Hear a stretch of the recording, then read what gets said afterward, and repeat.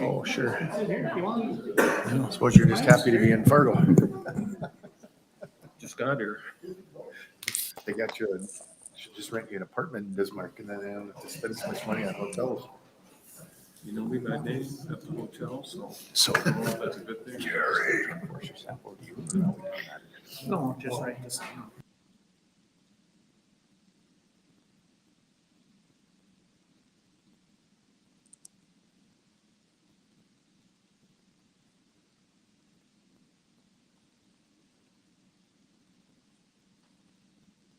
She's on. Oh, sorry. Very good. That's not a fun spot to be. Oh, I'm glad. Tell Aaron he's sitting in my seat. My seat tonight, Vicky. Fair enough. Call the meeting to order. This is just a statement about public comment, the public comment period, which is right at this time.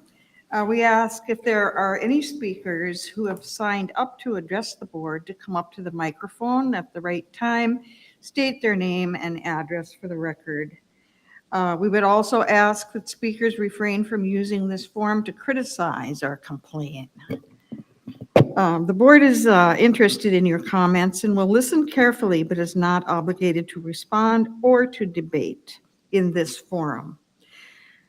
Should you desire a written response to a specific question, you may request it. This evening, each speaker will be allotted a maximum of 3 minutes. As a point of order, if any speaker wishes to talk later in the agenda, comments are limited only to the agenda item at hand, and speakers must first be recognized by only the Fargo Park Board President before coming to the microphone. Otherwise, the speaker may be ruled out of order and additional measures may be taken. The Fargo Park Board President, however, does not have to engage in dialogue. We ask that you respect this request and act accordingly. So we'd like to call the meeting to order and look at the agenda. Would anyone like to make a motion to approve the agenda? Oh, what? I asked Dave if there's any changes to the agenda. Okay, the consent, I thought we were getting down to the consent agenda. Okay, are there any changes to the agenda? Yes, we have one change, Madam President. We would like to pull item H, the award of proposal for Fargo Park Sports Complex Playground Project, off the consent and put that on the regular agenda. We've got a minor change that we need to discuss. What number? Number H, so we could move that to item number 8, yeah. Or go to 8? Okay. So motion to approve the agenda with item H moved to number 8. Second. We don't need to poll the board on that, do we? No, okay. All right, then let's go ahead with approval order of the agenda. Move to approve the agenda as amended. Second. Thank you. We'll move on to the consent agenda. If everyone has had an opportunity to look at the items in the consent agenda, someone can make a motion to approve the consent agenda. Move to approve the consent agenda as presented. Second. Any further discussion? Dave, please poll the board. Commissioner Dawson, Aye. Commissioner Hill, Aye. Commissioner Deutsch, Aye. Commissioner Rosted, Yes. Commissioner Morgan. Aye. We'll move on to the regular agenda. Recognition of the audience. I guess that's where we read the public procedures for public comments, which I have already done. Is there anyone? What's that? From afar. Rosa bless you. The Oh, remote okay. site. From heaven, blessings from heaven. Yeah, bless us all. Thank you. Yes. Is there anyone in the audience who would like to speak? None volunteered. We will then go on to the executive director's report, and Dave Leaker will give that report. Thank you, Madam President, and we've got a fairly short executive director's update tonight. Just an FYI for everybody, as you may know already, that we're in the middle of Fargo Marathon Week, and just kind of rundown of their races because we do collaborate with them. Last night was a cyclathon. Tonight is the Fargo Dog Run. Thursday is the Children's Youth Run. Friday is the 5K. And then Saturday is the half and full marathon, which runs past several of our parks. So with that being said, just kind of an FYI for everybody that Elzagle and Edgewood up north, along with our north parks in Fargo and our river parks north of Lindenwood, it's going to be really tough traveling Saturday morning, probably until around 1 or noon. So just be on the lookout for that. A quick golf update. Good news. Edgewood opened our back 9 golf holes today, correct?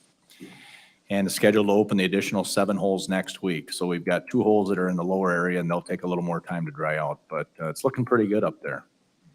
Recreation, outdoor pools, all 4 pools, not including Island Park Pool, are scheduled to open Monday, June 5th. We do have Hello Spring on Kids to Parks Day this coming Saturday from 1 to 4 p.m. at Roll Farm. And then also, I can't believe it's this many years, but the 45th annual Hay Bale Sand Volleyball Tournament is scheduled for this Saturday as well, out at the Rivanna Sand Volleyball Courts. So it's been going strong for 45 years. And as we'll learn from our forestry department, we've got a couple big events this week. We've got our Arbor Day party this Thursday night from 4:30 to 7:30 at Roll Farm. This is a get-together sponsored by the Fargo Park District Forestry Department, City of Fargo Forestry Department, Audubon Great Plains, and River Keepers. So it's a great opportunity for kids to get out and learn about trees. And then following that up on Friday is the Arbor Day celebration. This year will be held at Stonebridge 2 Park, Friday at 9:30 a.m. And I believe the easiest way that I found to get there is you go to Fleet Farm and go to the road on the south side of it and then head directly east. You try to go back into the Stonebridge neighborhood and you get lost in some of the roundabout streets. So the Arbor Day celebration will be this Friday at 9:30 at Stonebridge 2. And that's all I have, Madam President. Okay, thank you. Before we move on, can I just, a couple questions? Island Park Pool, I just happened to drive by it Yep. on the way. Is on schedule? Any surprises yet, or? Yeah, no, I attended my first construction meeting today. They've been going for about 3 or 4 weeks, and I asked that very question to Jordan. I said, how are we doing? On schedule, under budget? And he said, we're on schedule. And I said, how about under budget? He goes, it's pretty early right now. So I think everything's looking good down there. They're, as you see, they've taken off that north half of the pool house, and they got all the old filtration tanks out, and they do have, there are some deep concrete vaulted tanks that they're trying to figure out if they can leave those in place or that they need to fill them up with P-rock and just bury them, take the tops off them and bury them. So they're going to get a geotech report on that if they can just leave them in place. So yeah, I think everything's going good, Commissioner Austin. Thank you. I would like to ask, were we at some point to approve the minutes from the last meeting? It's in the consent. In the Yeah, consent. consent. Oh, it is here? I looked in there. But okay. Oh, okay, that's very good. All right.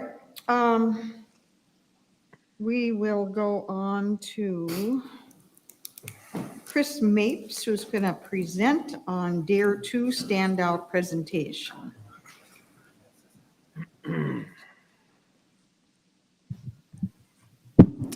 Good evening, Commissioners. I just wanted to introduce Chris here and our partnership with them. As you know, a big focus of our foundation to date has been on capital campaigns for the Fargo Park Sports Complex and Island Park Pool. As our foundation is growing now, we're expanding to other areas. Next week, we have our fundraising event for our youth scholarship program And then we're also pursuing other opportunities, and our partnership with Dare to Sound is a great example of that. So it's my pleasure to introduce Chris Mapes, and he can share more about our partnership, and very, very excited about this and the new opportunities they'll provide to our residents that we don't have today. With that, I'll give this over to Chris. Hello, and thank you for having me tonight. Once again, my name is Chris Mapes. I'm the president of Dare to Stand Out. A little bit about us. Dare to Stand Out was founded to carry out the legacy of my brother, Danny Mapes. He was born with spina bifida and was a huge music fan, loved sports, and loved doing everything that he possibly could with people. He was one of the first disabled students to graduate from the Golf Academy of America in Orlando, Florida, and went on to become a golf instructor down there. So he spent most of his life in a wheelchair and really didn't let it slow him down at all. A year and a half ago on New Year's Eve in 2021, he passed away unexpectedly. We had a friend that had reached out and was looking for a way to help honor him and wanted to know about having, donating some money to a foundation that he was involved with. When he found out he wasn't involved with the foundation, he said, go ahead and set one up. So plain and simple, here we go. And so with that, we founded Dare to Stand Out to kind of help carry on his legacy of providing passion and really opportunities for those with disabilities. So our mission is fairly simple. So we want to level the playing field in the arena of life through inclusion and accessibility for all, regardless of a disability. So really, everybody should have the same opportunities to experience, sports, life, whatever it might be, as whether they have a disability or not. There we go. So some of our goals, really to create awareness and generate interest in athletic opportunities for individuals with a disability. A big thing that we're really trying to do is help break the stigma surrounding athletic participation for people with mobility challenges, promote an atmosphere of encouragement, and really just change to meet the new challenges that those people deal with and face every day. So our strategy is pretty all-encompassing. Right now, we're really focused on the equipment and partnerships, which is obviously the reason we're here now. But eventually, we'd like to get into the support, the education, and the coaching part of it as well. But right now, it's easier as a new organization to focus on providing equipment and obviously the partnerships and working with the networks that we have already in the community. So the partnership we have with Fargo Park District and Fargo Park District Foundation really kicked off a few months ago. We've been talking about it for about 6 months now and finally have gotten the momentum going. And really what we're looking to do is provide adaptive golf carts to be used at each of the Fargo Park District golf courses. And this is a picture of an example of one of the carts that will be used. Currently, we have 3 adaptive carts that we've acquired through the partnership. 4 total. There was one that was already existing that we're going to kind of work into the mix. Hoping to have one of them out for the Foundation Golf Tournament next week, at least, and then the other one shortly following. Have those out on the courses. A little further down the road, our future plans.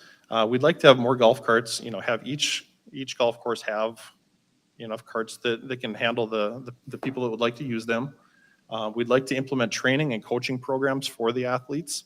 So get people out, get them involved, and teach them how to use these, and really kind of break that stigma that we talked about earlier.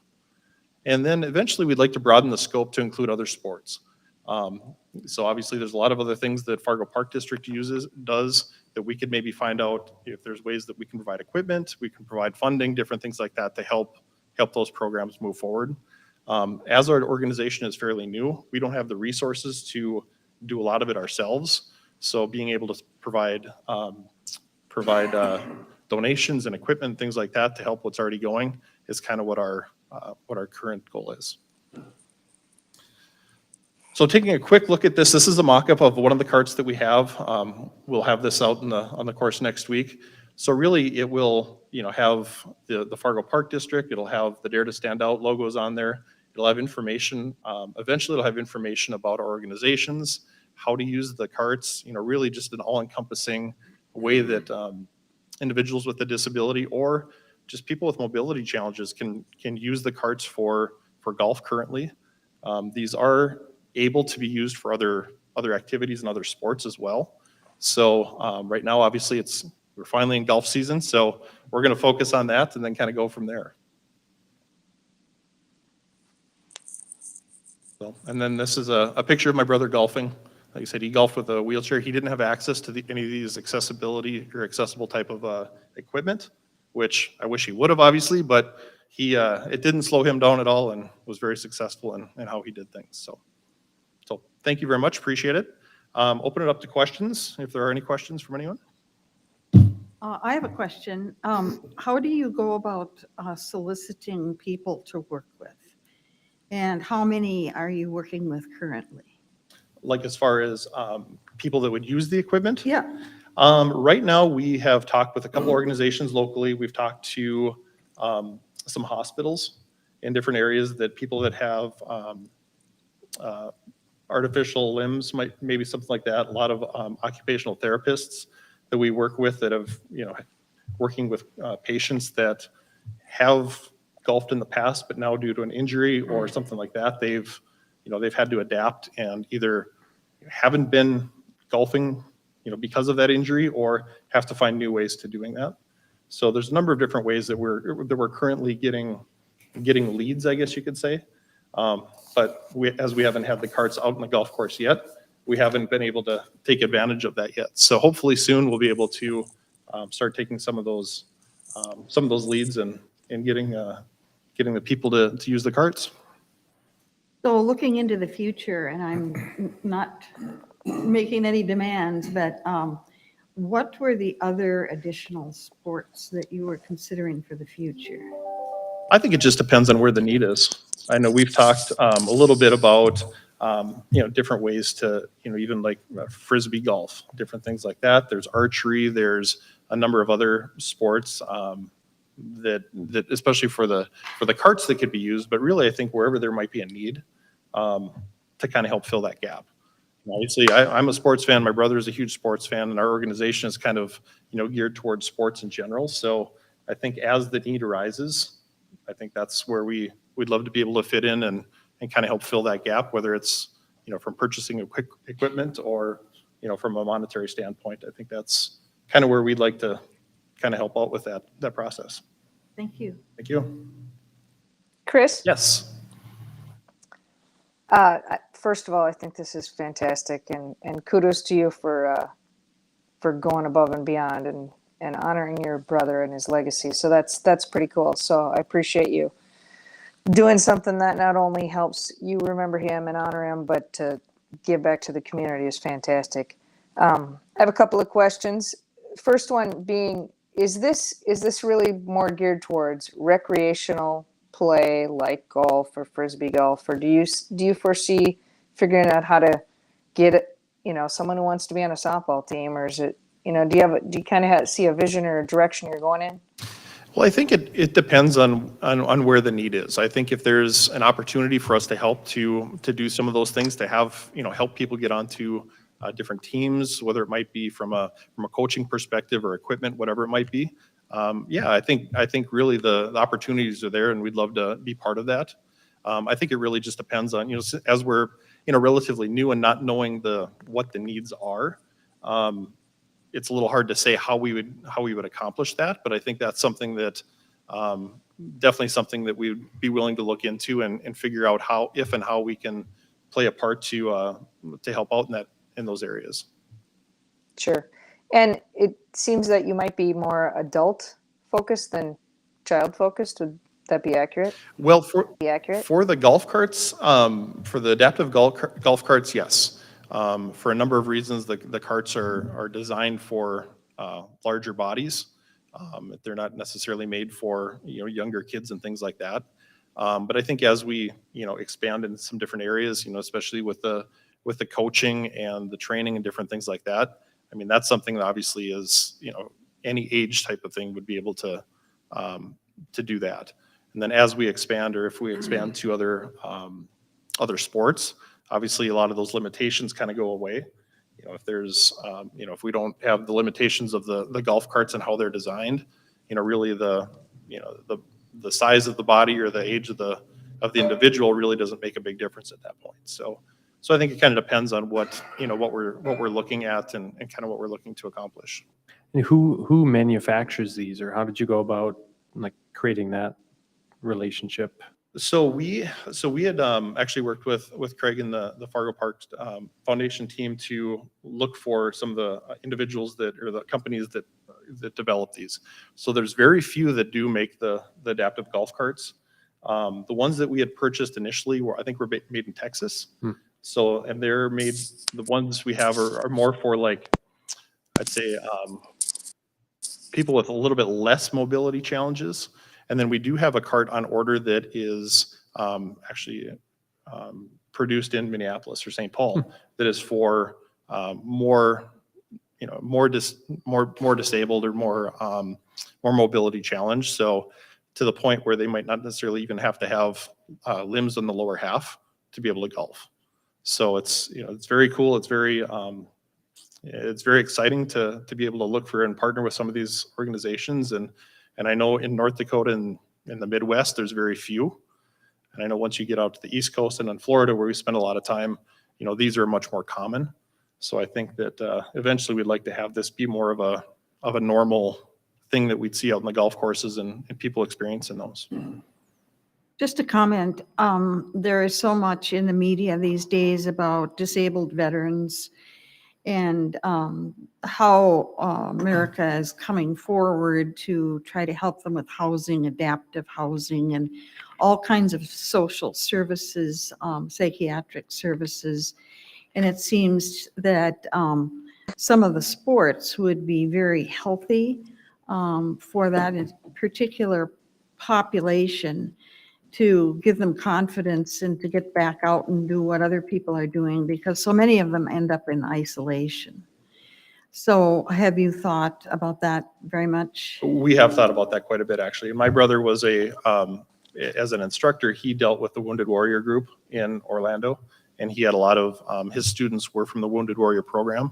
So I think that's something that we'd definitely like to look into, kind of figuring out how we can bring that group into leveraging these carts and obviously our resources as well. I think that's one big thing is, obviously having a disability doesn't necessarily mean that they were born with it, due to an accident, maybe it was from a military or something different. All of a sudden looking for ways to, be accessible. How do I now do things with, my current situation? And I think that, the disabled veterans is a prime example of ways that it, not necessarily even physical, it could be mental challenges as well, to get people out and enjoying what they might be used to, or just something different to kind of get their mind off of everyday life. So how broad are the people that you're currently working with? Like are these carts that you currently have out on our Fargo Parks golf courses right now, or where primarily are the people that are utilizing those carts at this point right now living? Well, right now the carts are not actually on the golf cart, not being used yet. They're in manufacturing. Yep. stage. Well, Okay, we've got them actually at the Fargo Park District at the shop, and just waiting to finalize those and get those out on the course soon. Sure. Then I think it's kind of a combination. So obviously I've got a lot of contacts with, within the local hospitals and things like that. The people that have reached out saying, hey, we'd love to use these and kind of be part of that initial thing. And then I think, word of mouth and really just kind of putting out some different awareness type campaigns, that we're looking to do through social media. And I know we're looking to make a promotional video through Fargo Park District as well, to kind of show that, hey, these are available. This is what can be done. This is how they can be used, and really just have a big push to make sure that they are utilized, because I think they're a fantastic resource that it'd be a shame not to have them used as much as they can be. Yeah, we're kind of launching these at our foundation golf event next week, right? That's kind of one of the first events that these will be available. I think we were talking about making sure, that we kind of market these and make sure that the people in our community know that these are available and they're not just in cart sheds hidden away. Sure. That they're visible and that we're getting the word out, right? Yep, absolutely. So it's really awesome. And yeah, I'm sure it's hard to tell you, part of your story is a little bit of a tragedy when you have to tell everybody how this came to be, but I think this is fantastic and this is really exciting. Thank you. And you know, I think that's a big thing is, you know, a lot of times tragedy sparks, sparks opportunity as well. And I think in this case, you know, I've lived with it my whole life, having a brother that was, had a disability and really didn't let him slow him down. So now it's, you know, kind of I love to be able to kind of pass that along and help others do the same. So unfortunately, it had to be due to a tragedy, but I think it's a great opportunity to kind of carry on his legacy. I don't have any questions, but great job. This is an exciting program we got going here. I'm sure you're going to find lots of people that'll get on board. Perfect. Well, thank you very much. Appreciate it. All right. Thanks, Thank you, Chris. Evan. Thank you. Let's go on to the department update, forestry. Now, do we have two forestry departments here? One. One? We have one forestry department, yep. Yeah, so Sam Demerau is our current forester right now, and he'll lead the presentation, introduce his team. So take it away, Sam.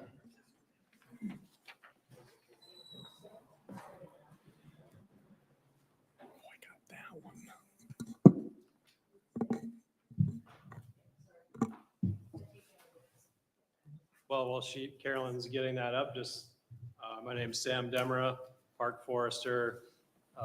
Been with the park district for about 11 years from Fargo.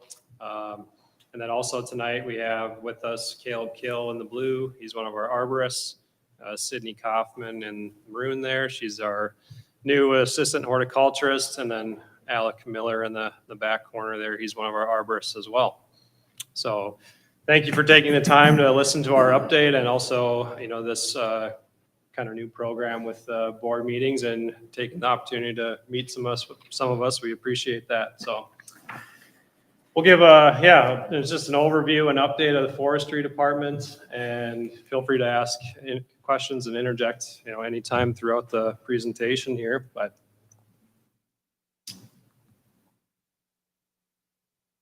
so right now in our population for trees, we have about 26,000 trees that we maintain, and that's in kind of the maintained area of the parks. We don't necessarily have inventory of trees, along the river within the riparian corridor, but there are a lot there that we manage as well, and a lot of ash trees in that area, which will be pertinent here as we talk about emerald ash borer. There's growing to be about over 440 landscape beds across town. About 240,000 square feet. And then also with the sports complex, there'll be around another 40,000 square feet added to that workload as well.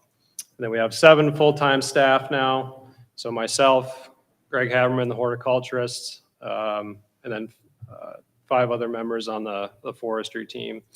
And then we hire about 10 seasonal employees for forestry and up to 25 for seasonal with landscape. Here's the rest of the crew. Greg was here earlier tonight. And then we have Luke McShane, who's been here for about 7 years. He's our arborist supervisor. Alec, who's here. Caleb. Mike Olson, who's new to our team, but he was an arborist with the city of Fargo for 17 years. So a lot of directly related experience, and we were happy to get him on board and part of our team. And then Sydney, like I mentioned, that's a brand new position. She also worked 6 summers prior to this with our team, so she knows the park system and the landscape well. So we were lucky to get her back and on board full time.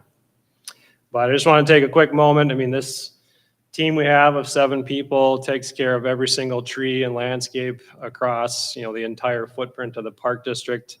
It's a small team, and I think right now we have a really strong group that does a phenomenal job and are really interested and happy to come to work every day and kind of do their best. So I'm really proud of the team that we've got put together right now and think we have a really, really bright future of taking care of our landscape for years to come.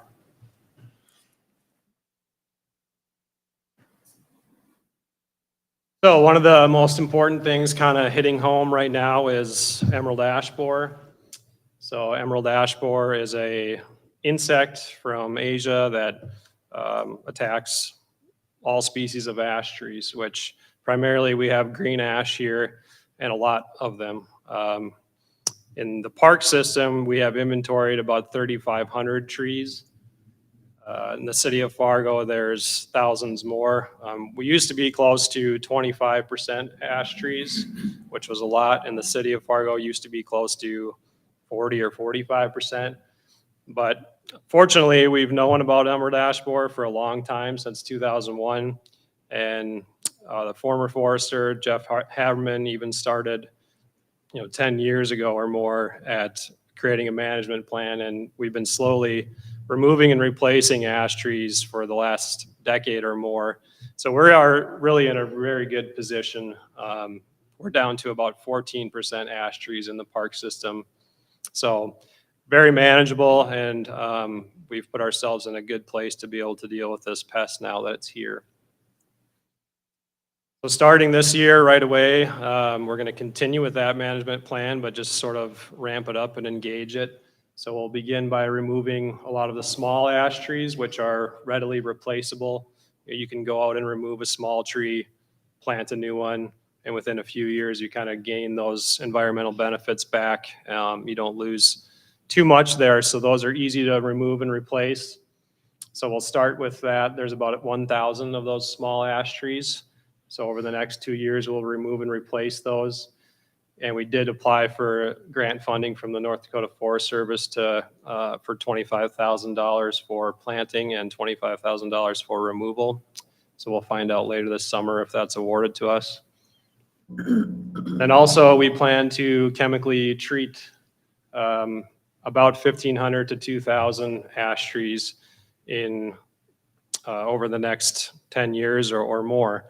We'll start with about 350 trees this year, and that treatment will 99% guarantee that it will protect the tree if done properly for 2 growing seasons.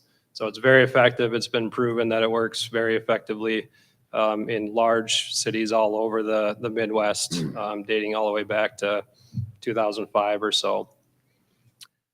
But emerald ash borer is going to be, very expensive, and we've known that for quite some time. We do have a contingency built into our budget to try to mitigate this, but removing and replacing trees is expensive, and also treating them, is as well. But the treatments are far less expensive than a removal and replanting, especially of a large tree. So that's why treating trees can be very important as far as a cost measurement, but also to retain your canopy so you don't lose it, rapidly and exponentially. So Sam, what would be a typical diameter of a mature ash tree? Our average diameter is 14 inches across those 3,500. Mature one would be, like I said, probably in that 14 to 18 inch range. We do have some very large ones in some of our riverfront parks. About $75 a tree based on the 6 inches, $6 per inch. So. Yeah, and that lasts 2 seasons. You can even stretch that into 3 seasons, which is generally recommended in a more larger scale program like ours. So it's very affordable. If you were to remove that tree, you would pay maybe around $30 an inch to remove and grind the stump, and then another $300 to plant the tree, water it, and then 50 years to regain that canopy and environmental benefits. So treating the trees is cost productive, and that's been proven by lots of cities, big cities that have treated thousands and thousands of trees over the last decade or more.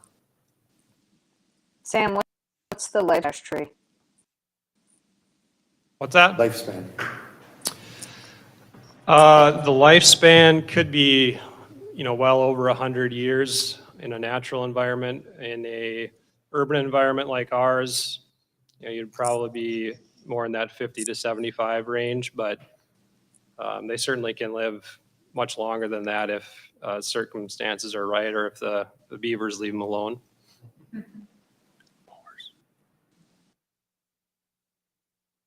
Any other questions on emerald ash borer? I'd like to know, do you plant a variety of trees then if you're replanting, or is it another ash tree? No, I don't know.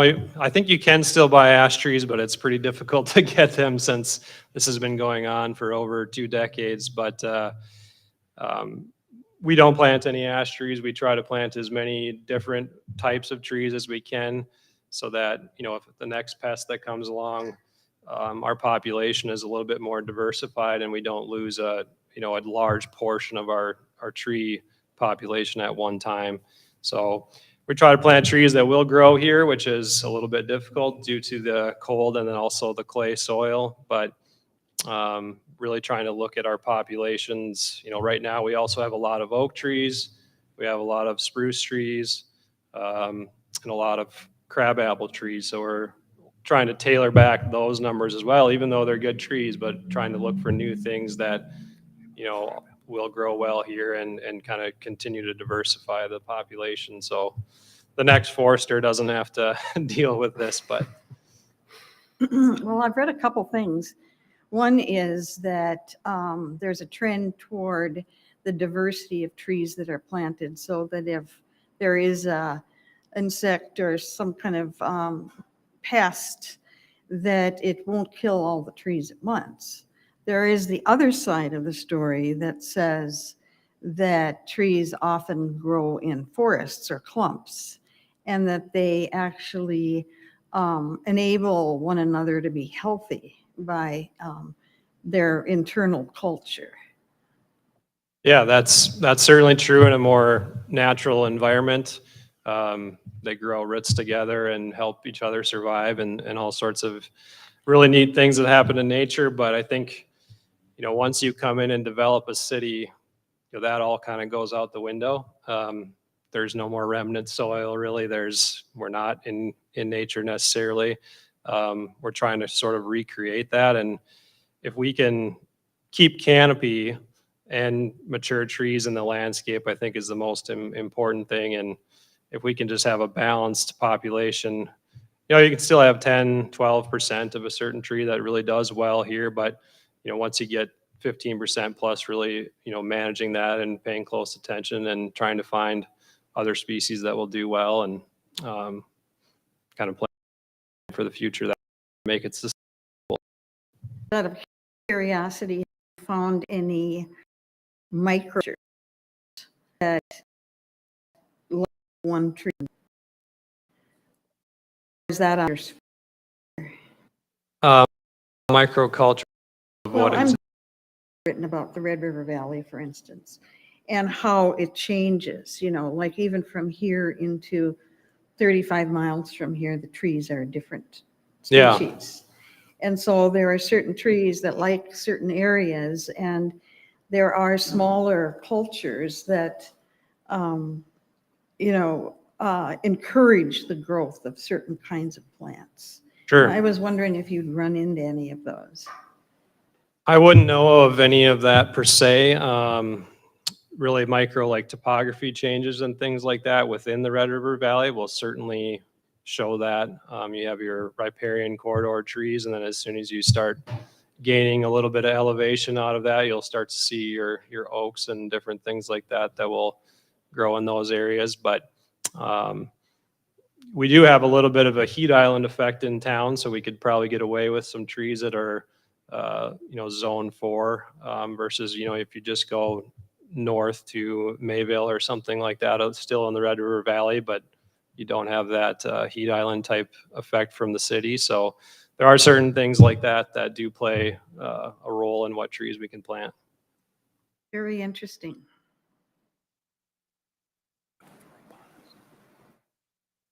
Yeah, another project that we've been working on really for the past 8 or 9 years, dating back to 2014, is just some native prairie planting and some restoration of different areas across town.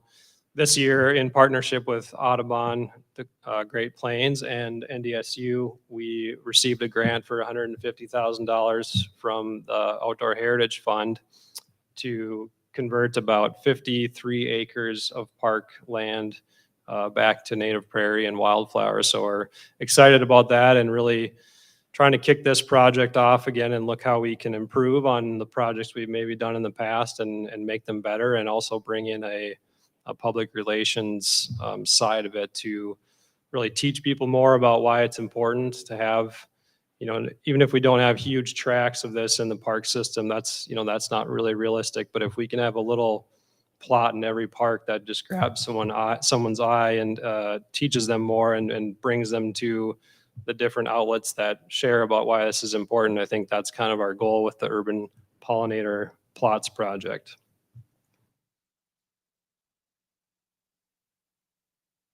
This is a postcard that we've had made, and we'll be going out with some cool little seed packets attached to it. So in the seed packets is the actual seed we'll be putting out on the ground.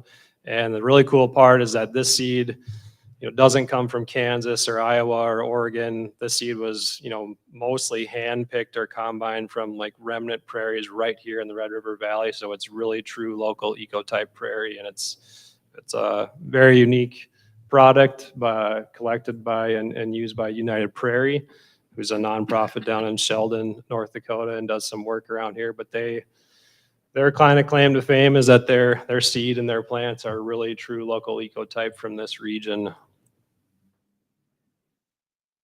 So these are some of the sites: North Softball Complex, 25 acres, Mickelson Fields, Golden Valley Park, Eagle Valley Park, Forest River Park, just sort of an expansion of what's already out there. And then Orchard Glen Park as well, some of the perimeter areas around the orchard.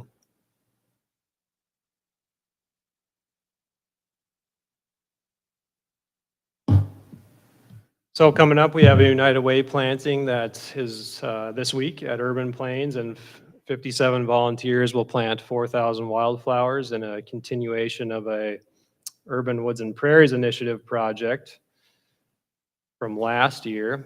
If you didn't see Urban Plains last year, there was thousands of monarchs there in August for probably the first time ever. So it was really cool. People were really attracted to it, and we're hoping to have a monarch banding event there this year to get people out and actually put a sticker on a monarch wing and send it off to Mexico. But then working with a Eagle Scout on Row Farm landscaping.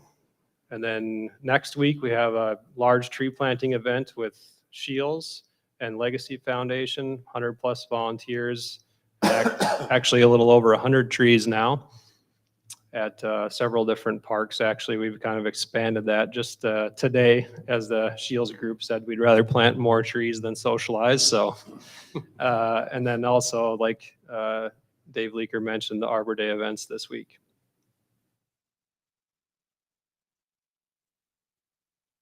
Arbor Day party, like mentioned, we'll have some cool things. We've been trying to do this since 2020, but tree ID tour, tree planting demonstrations, Ask a Forester, equipment displays, and then a giant chainsaw booth, which the chainsaw is probably taller than me standing on end, so I think the kids will think that's pretty cool. And this is kind of just our generic work schedule. So we plant about 500 trees every spring, 70,000 flowers, and then really just get after some tree removals and maintenance during the summer, and watering all that stuff that we plant, which is the bulk of it. Some tree removals and pruning, and an annual risk assessment survey in the fall. And then in the winter, we're out pruning trees all winter as well. So these guys are out there freezing in the bucket trucks, pruning trees all winter, and we help with Christmas decor and snow removal. That kind of rounds out our season. And again, thank you so much for providing us this opportunity to let you a little bit know more about what we do. And if there's any other questions, I'd be happy to answer them. I have another question. Oh, go ahead, Jerry. I was going to say, that was a great presentation. 26,000 trees, how many of those are included along the riverbed, or are they really up and out in our parks? Yeah, so when the inventory was started, they kind of took 100 feet from the bank of the river as a delineation. So if it's farther away than 100 feet from the river, it's in the count. And did you have like an Sorry. intern? I mean, 26,000 trees, that's a lot of counting. It's been, the inventory took probably 15 years or more to collect. Wow. I kind of finished off the last few thousand trees, but when I was first started here, myself and an intern walked around and collected data, and it took a long time. But you know, GIS information and GPS and all that has obviously vastly improved, so it's much more efficient these days. But Do you have names for them all? they have their own names. Yep. 3. There is a unique tree program. That's me here, but if you see the metal tags on the trees, that's what their unique ID number is, and we have all that linked back to a tree plotter virtual system as well. Cool, where we track all of our work on the trees. I know you deflected back to Jeff and, but I mean, it's to be noted by your department and the park district for, you know, getting in front of this thing. I mean, we were fortunate enough that, you know, it hit other parts of the United States long before it hit us, but instead of sticking our heads in the sand and hoping that somebody found a solution to the problem before it got here, we, you know, started pre-funding for it and just got in front of it and planned for it. And so I think that's, I mean, to have lost a quarter of our trees at one time in our community would have been devastating. So kudos to your department and to our staff for getting in front of this thing the best they possibly could. And neat that they found something that you can, so to speak, treat with, and that we've spread that funding out over a significant period of time, so it doesn't have as big of an impact as, you know, when you get 20 years notice on something. Yeah, we've been fortunate, not like the people in, you know, Michigan and Ohio that lost their whole community of trees at once, but so lucky there, and it'll still have an impact. I mean, they will still lose a lot of trees over the next decade, but hopefully a lot of the ones we've planted already will fill those in, and we'll continue to replace, and we will try to keep a population of ash trees. They're an important tree in our environment and in the Red River Valley, so I think it is important to keep a population of them through those treatments. I have another question. Orchard Glen, I knew the fellow, I mean, would have been long gone by now, Dr. Lee Christopherson, that planted those trees. He lived down there at the time, and he grafted a lot of those trees. So I was wondering, what's the condition of those trees, and are there any grafted trees left? The condition, there are still several. There was 366 apple trees in there when I did an inventory of them. We have removed kind of the worst of them, and a lot of some of the dead ones, since it wasn't maintained probably for 30 years or more since we acquired it. But you can tell there are some grafted because some trees have two different flower colors on them. So you can see, you know, where some was maybe the rootstock and then a different part was grafted onto it. And we've actually started grafting onto another tree, creating a multi-apple tree out there. And Really? we've planted, so we removed probably over 100 of the, you know, old and dilapidated apple trees. And then we've planted a lot of new apple trees, pear trees, plum trees, cherry trees, hardy mulberry trees. So we were kind of really diversifying again out there and making it a fruit orchard in general, than just an old apple orchard, but just kind of taking that legacy and continuing it. Very good. Any other questions? Thank you, Sam. All right, Sam, thank you. Thank you, Sam. And thanks everybody for coming. Yes, thank you guys. Yeah, I just would like to mention that I see Scott Ludahl back there. There he is. That's why I asked about forestry departments. He's head of the city of Fargo's forestry department, right? Yeah, that's what I was thinking, leaking information here, but I would just like to give you the opportunity to say a word if you would. If anyone has any questions for Scott, we don't have to go on and on, but I'd like to at least hear about the survey that you've been doing on the city. Is it mostly the boulevards? Yeah, sure. I can say just a couple things. Yeah, why don't you come up here? We want to see you, Scott.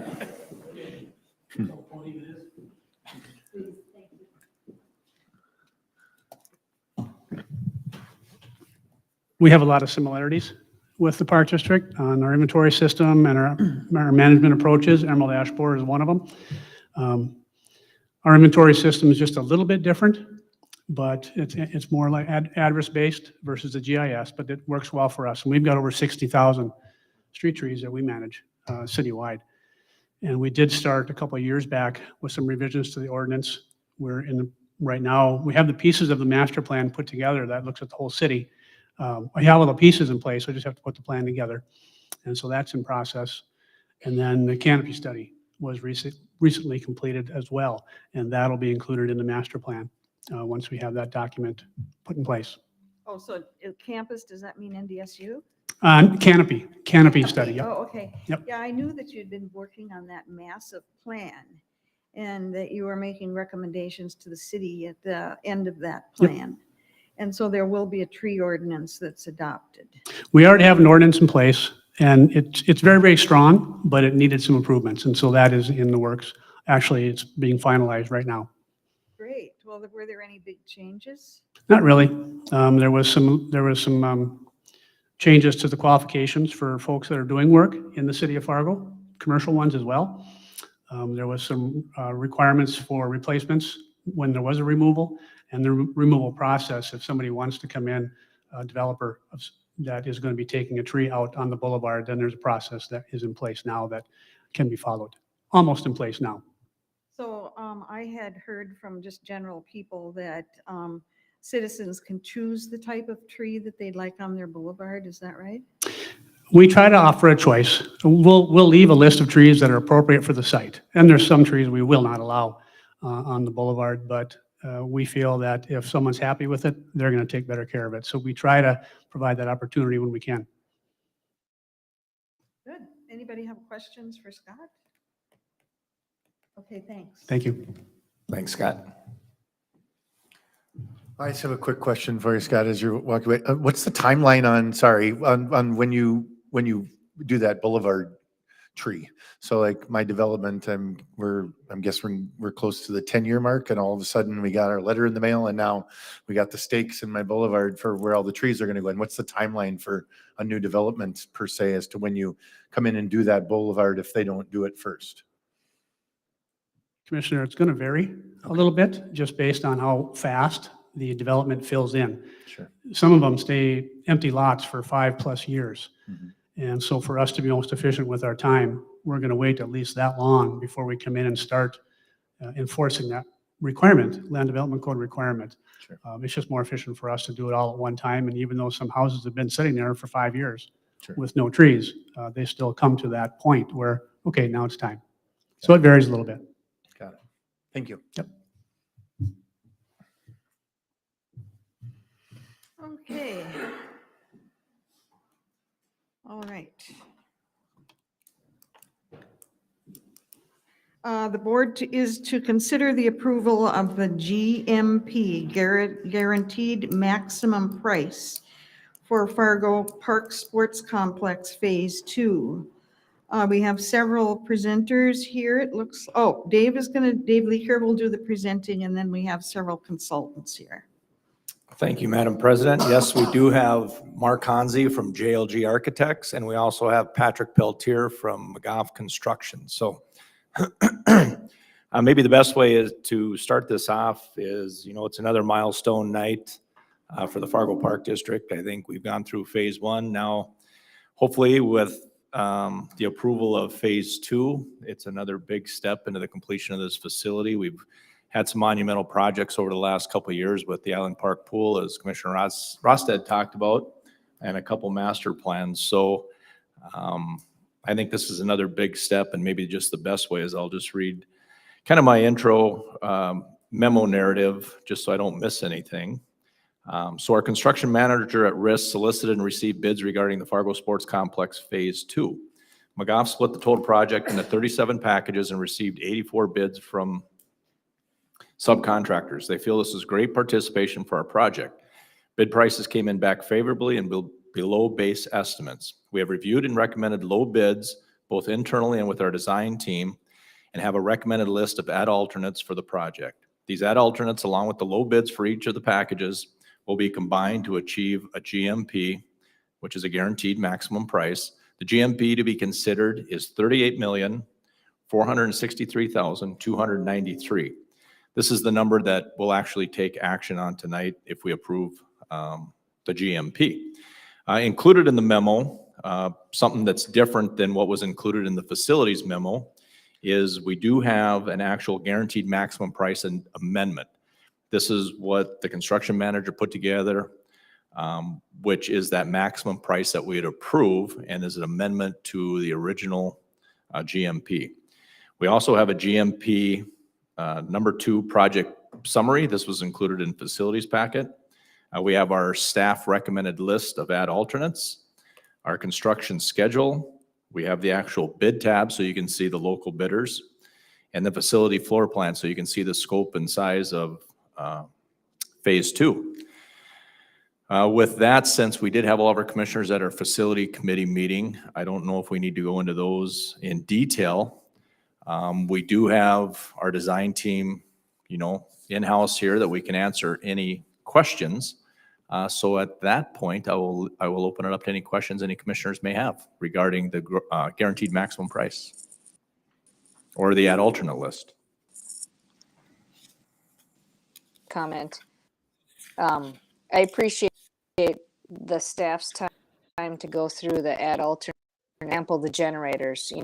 We've gone back and forth on the generators. Are they worthwhile, not worthwhile? And the math and the research to determine whether that is a good choice and a good investment over and so I appreciate having the homework done for us and a lot of these pieces, educated information to make decisions.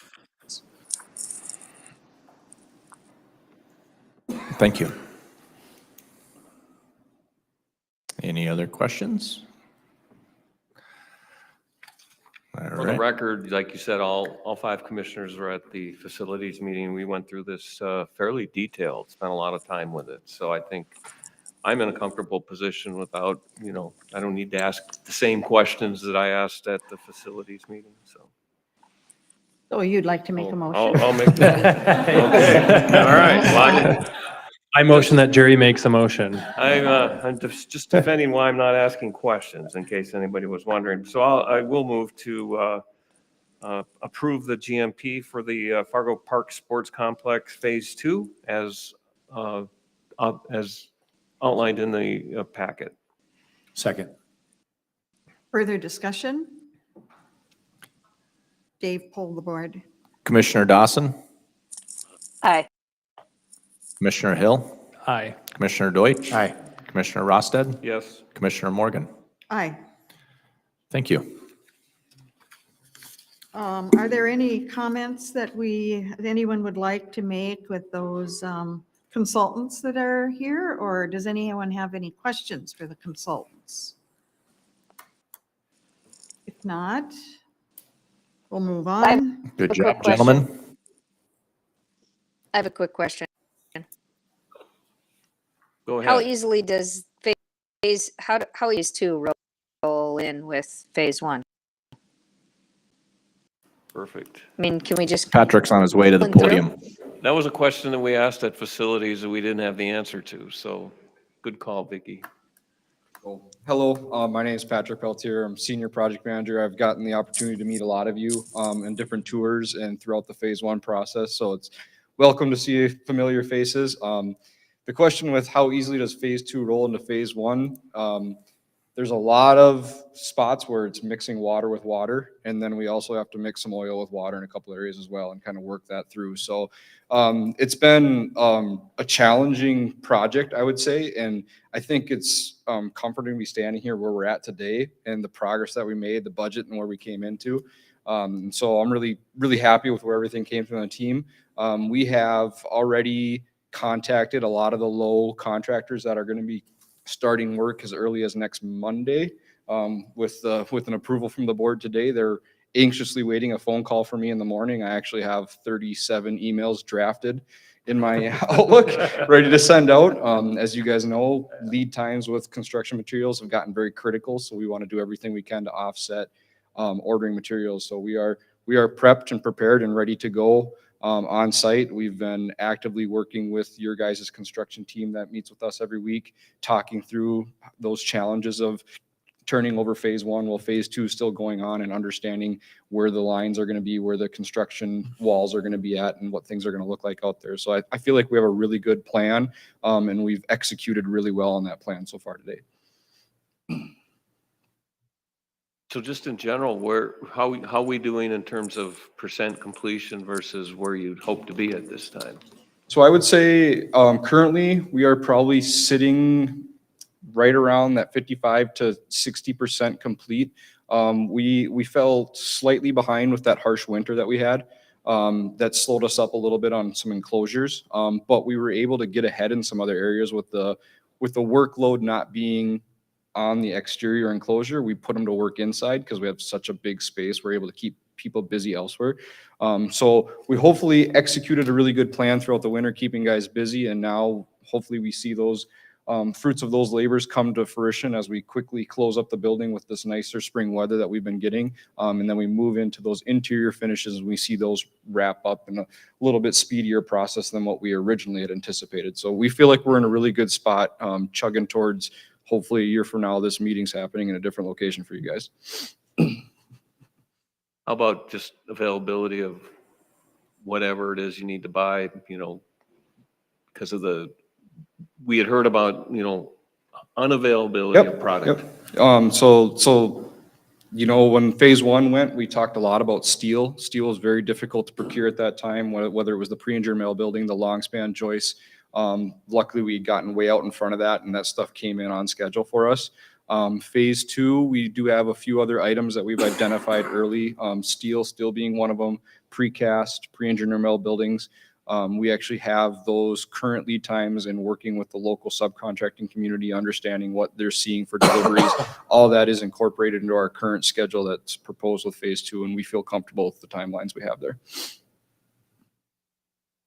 Excellent. That's great news. So is it true that building materials are going down because of greater availability?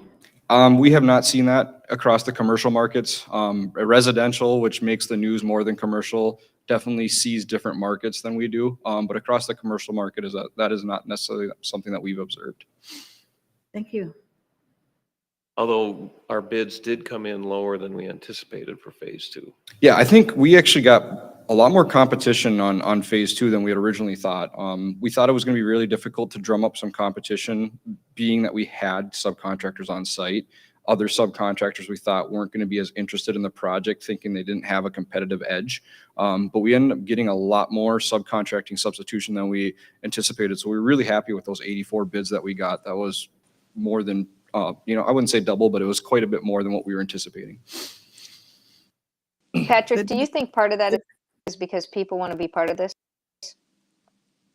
Yeah, I think this project has a lot of people watching it. I mean, it's right off the interstate. I think that was very evident when we first took down that tree row, how close it is to the interstate there. And there's a lot of people that have seen this project.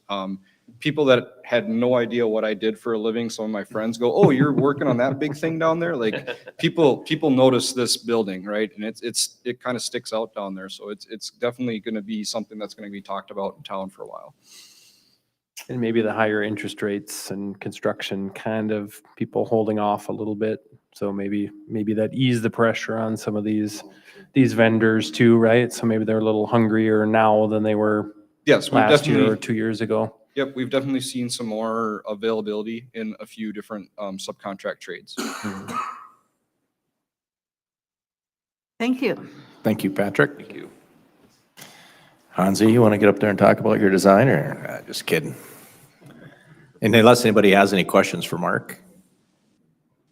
We may after No, the tell them both to get to work. next item. Okay, let's go to the next item. The board is to consider further design study of North Concourse.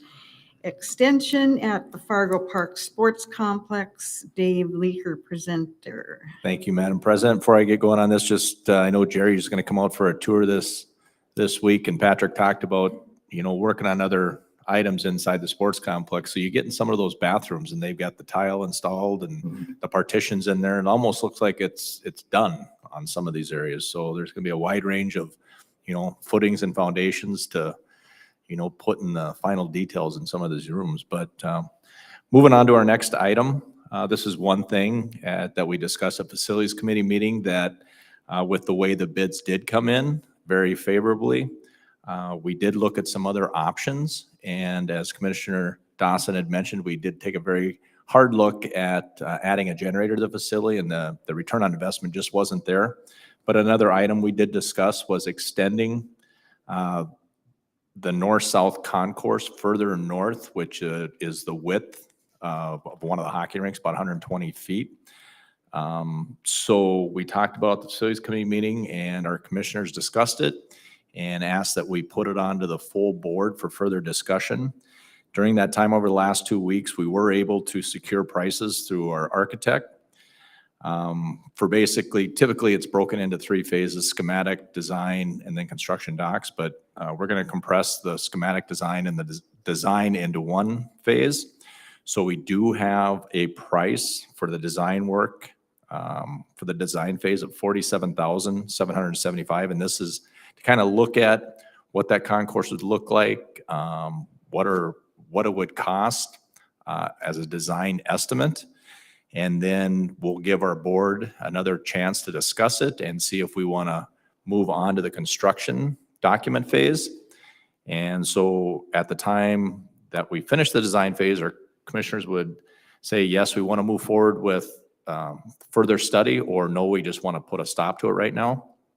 The second part of that is the construction document phase and the pricing, or kind of the final estimate for another $88,725. So the total cost for this further study of extending that concourse to the north is $136,500.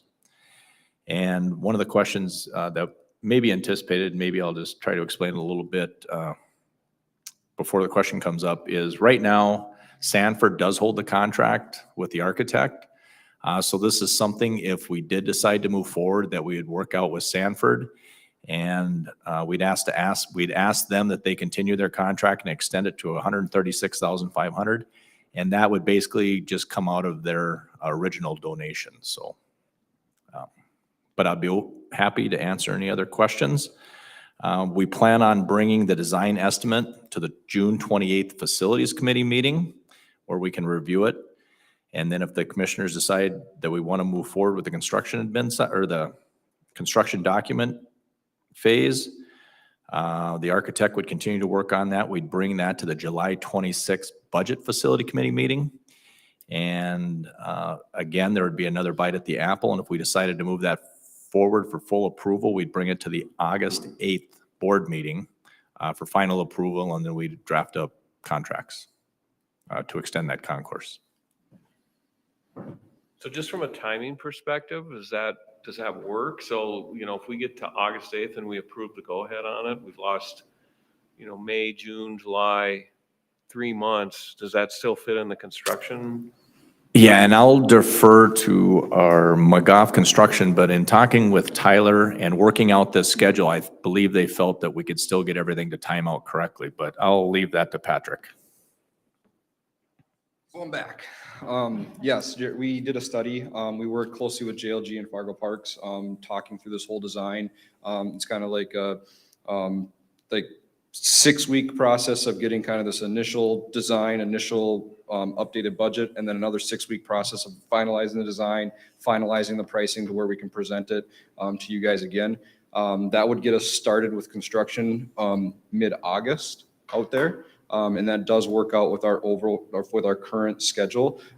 It creates a little bit of a different phasing for us on site, but it's something that we're able to accommodate in that overall schedule timeline so that we still have the same opening on the project. One of the things we talked about at facilities is the difference between if we did it now or came back later, and some of that. To to do it now? Do you see any benefits that outweigh waiting and coming back? What does that look like? There's a substantial amount of benefits to go ahead with this on day one instead of putting work in place that would later have to be removed. That opens you up for one, additional cost. You pay for that material twice in a sense, right? You pay to put it in, you pay to take it out. You also pay for that labor. And then two, it creates a headache that as a contractor, we hate dealing with trying to tie into an existing building. When it's finishes that who knows kind of what the current systems are like and how they tie in with old construction methods, making sure that those details fit together so that you don't end up with risk for water intrusion or other things like that. So it helps to have the exact same contractors, the exact same material suppliers go through, do this at once. We also have kind of an added benefit is that if this were to happen now, there's materials that we are actively procuring as part of the current concourse extension that just push a little further down, right? So we can utilize those same materials that we're currently procuring just in a new location as we extend it down. So a lot of benefits to it going right now. Thank you. Thank you, Patrick. Patrick, don't leave. Yeah, I don't know if this is, so how much of what we see here in dollars, if we say, yep, we're going to add the kind applied to that, that would, do these things benefit us in the long run that we didn't, and of course we'd be paying for these things anyway. Oh, I mean, I would totally be shooting from the hip on that. I know there was a study that I was involved in on a different project here about 3 years ago, and I want to say we estimated that to be almost a 20% impact to your overall budget. And that was kind of a similar concept where do we do this addition now or later? And we thought that it was probably going to be about a 20% impact if they waited. And I think at that time we studied a 5-year wait. And that was before we saw today's inflations. So I would say that number is probably light. Anyone else?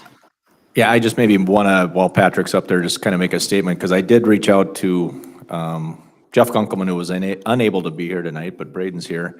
And I did ask the question to Jeff, if we did, move through the design documents, construction documents onto full approval, I just want to make sure all the commissioners are aware that this, it's a very rough estimate of 2.5 to be about $3.5 million. And depending on what that comes in, if we decide to move forward with it, this would be a price request or a change order in the overall scheme of the project, which we deal with change orders all the time. It's just that one of this scale just seems awful big. So I just want to make sure all the commissioners are aware of this. What we would do if we decided to move forward is McGough Construction would go out and solicit bids, just like they've done previously for the guaranteed maximum price. And it would be up to them to vet those low bids. And if they feel at any time, maybe a contractor's trying to take advantage, I don't know, they would never do that. But if a bid came in high that they would, that they felt was too high, they could go out and solicit from another contractor or just let us know that these bids are coming in way too high. So I just want to make sure everybody's aware. We're not going to rebid this. They would go out and solicit bids from existing contractors and maybe contractors they've worked with in the past to try to get that lowest guaranteed price, right? Yes, we would solicit competitive bids from our contractors that are actively working with us on the project. That would be our starting point. And then if, like Dave said, if those pricing came back per se unfair or outside of what we thought was the budget based on the unit pricing that we saw this go around in bidding, then we would actively pursue alternate options within that bid package category to make sure that we're not overpaying for a certain scope of work. Yeah. So I just want to make sure everybody's aware. Thanks, Patrick. All right, so would you like to say something? So I'll make a motion No, I was to gonna make a direct motion. JLG and staff to further design and study the north concourse extension at the Fargo Sports Complex as presented. Second. Further discussion? Dave, poll the board. Commissioner Dawson, Aye. Commissioner Hill, Aye. Commissioner Deutsch, Aye. Commissioner Rosted? Yes.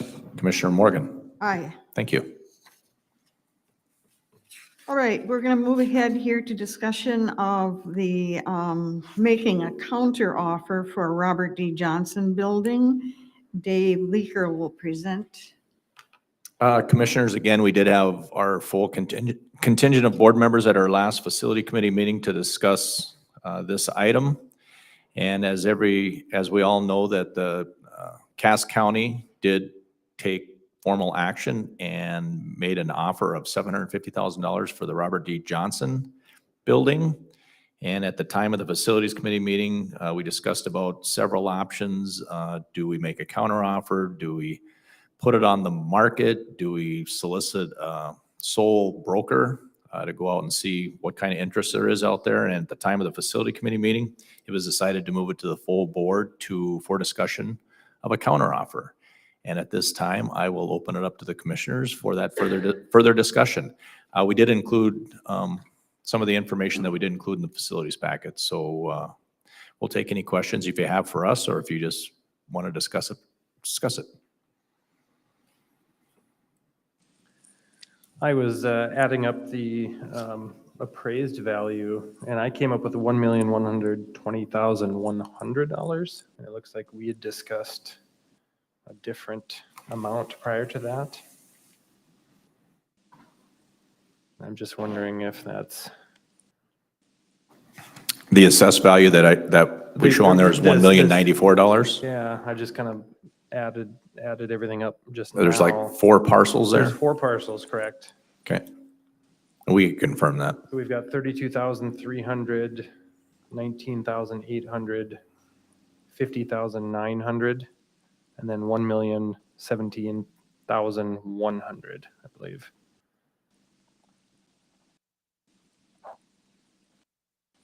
So 1,120,000.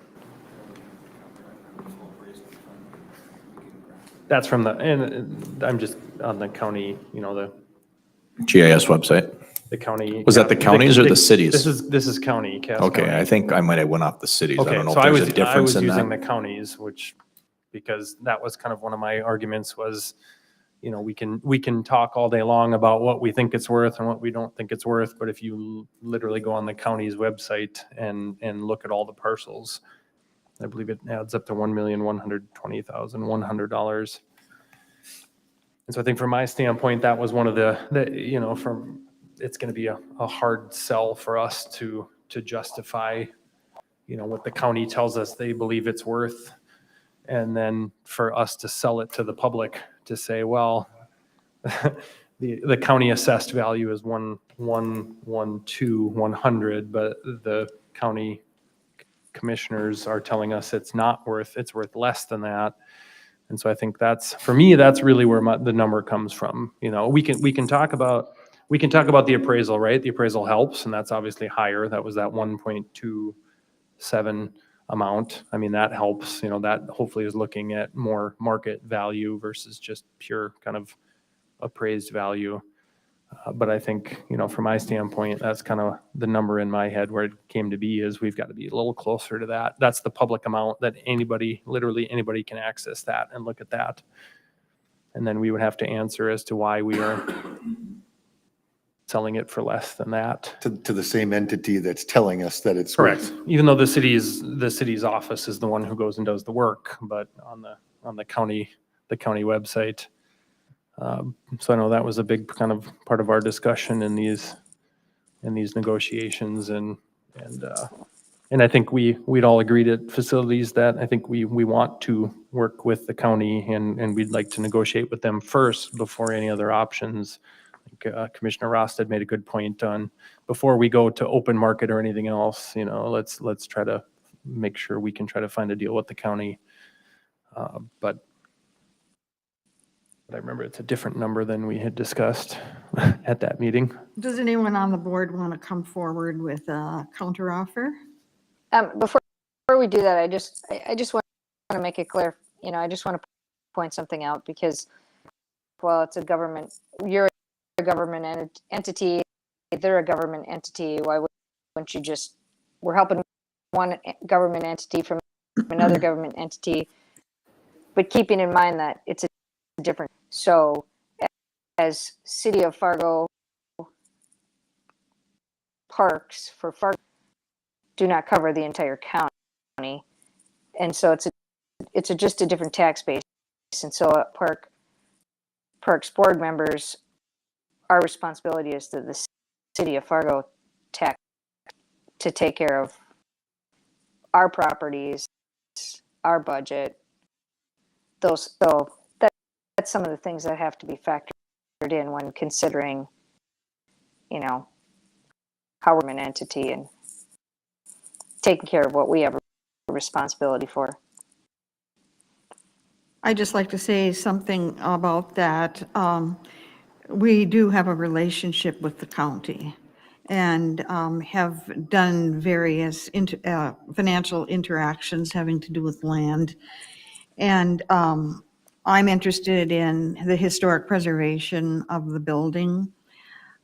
So they have said that they want to preserve and update the building, but they would keep it in its within its historic context. I also like the idea that they said that it could be kind of a community center for neighborhoods around what I would call the Emerson Smith Building. And I like that. And they also said that services would be available to the public at hours that were outside of the usual hours of the county. So I like that too. So going forward, we have to consider those things. I wouldn't want to see the Parks Department sell to anyone who would demolish the building. Only someone who would be willing to take good care of it and upgrade it. I guess the ultimate use would be, it has been a public building since its inception. And to be able to continue with buildings such as that in a public context is really important to me. Better than if it were turned into condos, for instance. But if condos are what happens and the building is still well cared for, then I would be happy with that too. And I just want to say that just making those points that I have, that the county is kind of obviously the one we'd like to do business with, but as Aaron said, the numbers don't work. So that's why the next step for us would be to make a counter offer and see what happens. So how about you two? Well, I think we've worked well with the county in the past. We'll continue to work well with them into the future. I think it's good to have good partnerships, but to me, it boils down to a fiduciary responsibility. They have given us a price that is, in my estimation, low, but they're doing it on behalf of their tax base. And I think in response to that, we need to go back with a counter offer that's a fiduciary responsibility to our tax base. And so this is a negotiation, and I think we just need to counter offer. And I like Aaron's number of 1.121 so I'll make that as a motion, as a counter offer. So a motion of $1,120,000, well, and 1,120,100. Okay. I'm hoping that I did my spot math correctly on those 4 parcels. And we can confirm that with Can we the county. Can we confirm that? Yeah. Okay. I think they must differ from the city's GIS side a I little bit. would So we'll imagine so. confirm that, and that's the offer if that's what you'd like to do. Yeah, and I would second that motion. Okay, for the public commentary, I'd also just like to mention that we had purchased the building from the Fargo Public Schools, obviously. And just anybody remember what year that was and how much it was? But I don't remember how much. Okay. When we purchased. Carolyn, the historian. In the list, we might not have included. The dollar amount that we. $165,000 was the original purchase price. They came up with their dollar amount for their original offer as a total of what All of our we originally improvements. purchased it for and the amount that we put into it. So their justification for where they got to their number was making us whole from our original purchase. That's and interesting. upgrades. Yeah, thanks for that. That's interesting. I read that in the paper.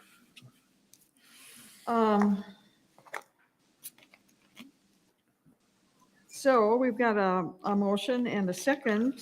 Is there any more discussion? Well, I just want to make a point for the record that the dollar amount that they came up with is dollar amounts from years back. So if we want to amortize that value of the dollar from then to now, it's a higher number. I don't know what it is. I don't know what the amortization schedule looks like, but that to me is not relevant to today's market. Yeah, I understand what you're saying. I just kind of find it interesting. So if we have two motions, are we ready to vote? Madam President, just for clarification, I think Aaron was doing the numbers, just so we make sure we do the counter with an exact number. So is the intent the assessed value from the county, or do you want the motion to have an exact number? Well, that's what I added it up again from, and again, I'm on the county website. So it is $1,120,100. If, again, I'm looking at the 4 parcels, adding all the parcels. And that includes, that would be the land plus the improvements is how they're assessing that total amount. And again, not from the Fargo GIS, but this is the county GIS website. But is the motion to say the assessed value as opposed to a specific dollar amount right now? Well, I think So we're not locked in the on that? question is it city of Fargo or the county? If they're- County if assessed we're getting- value. If we're getting 2 different numbers, if they're, and I haven't looked at the Fargo one, but I'm looking at the county one. I think the motion should, and using what we believe is accurate for the county assessed value of $1,100,000 would be the number. And if it's not, that's still, I mean, that's the number we feel is the right number, then that's what we would go with, I would say. So I'll amend Exact my dollar amount in the motion. motion. Okay, so then just to make sure we've got the numbers right, that's $1,200,100. Is that correct? 120,100. So 1,120,100 decimal 00 Okay, and 0 cents.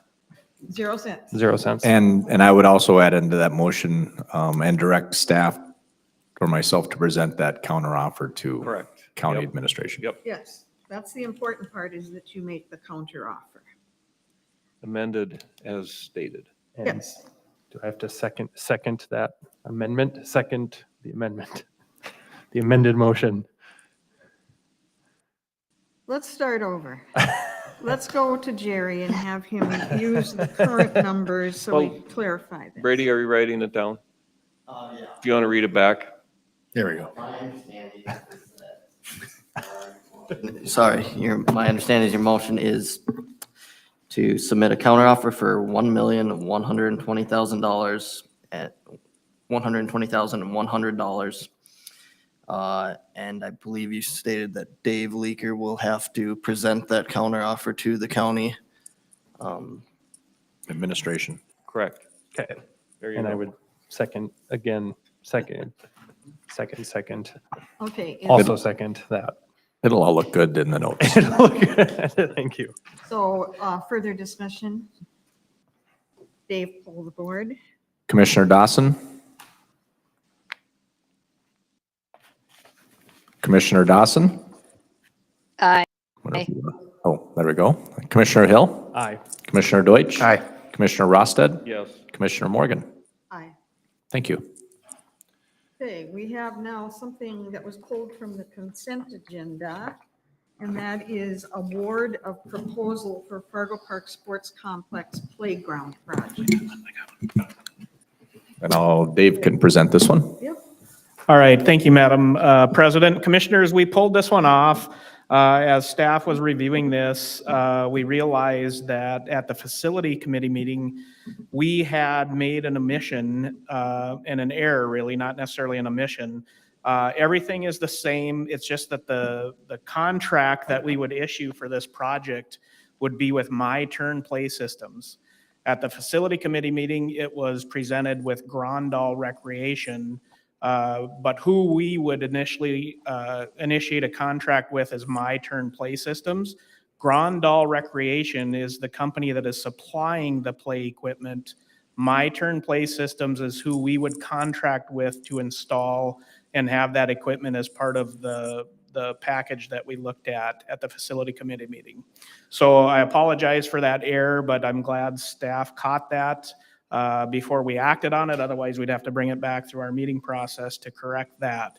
So I would appreciate that you're allowing us to do this. And all that would change. Everything that was heard before, the price and our recommendation is still the same. We're just changing from Grandal Recreation to My Turn Play Systems. So, Same piece of equipment and everything we saw. Correct. so is it Playcraft? It is not. It's Burke Play Equipment. Oh, so My Turn's doing Burke now too. They partnered on this submission as being local here. Burke is not necessarily a local entity, so My Turn is the one that's installing the Burke Play Equipment. Can you guys put up the picture of it? It's on the screen. Same then. That's okay. Oh. That's okay. We can see it. Great, because I think it is really good looking. It has a lot of features. Appreciate that you guys have gone to this way of getting bids and allowing the experts, what's your best shot at this? What's the best you can give us? What's new? I just love it. So I think it's exciting. It's different. It's got a lot going on, and I think it's going to be a great addition to the. What other Burke playgrounds do we have in town? Do we? None? Isn't the Universal, wasn't that Burke or no? No, Rocking Horse is our only one. So we don't have a lot of Burke equipment in our system. We do have some in the community over at West Fargo. So our team went and looked at all of that and researched it, and they're a quality manufacturer as well. The Rotary Playground was Miracle. Oh, Miracle, yeah. They're not traditionally in here either. They're out of Dickinson. Got it. Okay. I don't know if this matters, but on the heading on this, it says Fargo Sports Complex Playground, and matter that it doesn't say Fargo Park Sports Complex Playground, but just in case that needs to be detailed. We docked them 5 points and they still won. Just kidding. With that. We'll get on Larry Grandal for that one. Vicky. Perfect. Someone like to make an motion? Appreciate the time you put into to weigh the bids we got and goes into that. All right, I'll move to approve the proposal for the playground project as presented or amended. Second? Second. Further discussion? Will I get a third in? Go for it. Okay, further discussion?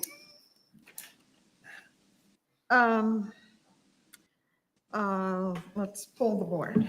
Commissioner Dawson, Aye. Commissioner Hill, Aye. Commissioner Deutsch, Aye. Commissioner Rosted. Yes. Commissioner Morgan. Aye. Thank you. Thank you, commissioners. So before we adjourn the meeting, I'd like to ask if anyone here knows anything more than I do about the proposed byway or bypass that's being planned for the outside of the diversion. going from I-94 to I-29. I don't know much. I just heard a faint rumor, as probably you did, about incorporating a bypass loop as part of that diversion, but that's about all I've heard too. Apparently, it's on diversion land. So, and then also that 50-mile park that's supposed to go on the inside of the diversion. So it'd be 50 miles long and 1.5 miles wide. That's what we talked about. But previously, I hadn't heard about the bypass that would go between the two freeways. So I was just wondering if anyone knew anything else, because it will affect a lot of things. There was a story in the local newspaper a couple weeks back on that. Yeah. Yeah, and also there were consultants in town. But I think they talked more about the park along the inside of the diversion than they did about the bypass. Yeah, and they've included us in some of those recreational studies about, along the whole diversion, and I personally would like to see it be a state park, but I don't think state Park and Recreation Department wants to have a 37 or 50-mile long park. But I think they're talking with different government agencies, whether it's Horace, West Fargo, Fargo Park, about maybe maintaining nodes along the diversion, whether it's a trailhead or a fishing pier or something like that. So Yeah, but there's also federal money in it. So if there's federal money there, it's more likely that it's going to go somewhere. And especially with that bypass, that would definitely have federal money in it. So it's another development that we need to keep our eyes on. Any further discussion about anything? Motion to adjourn. thank you, commissioners.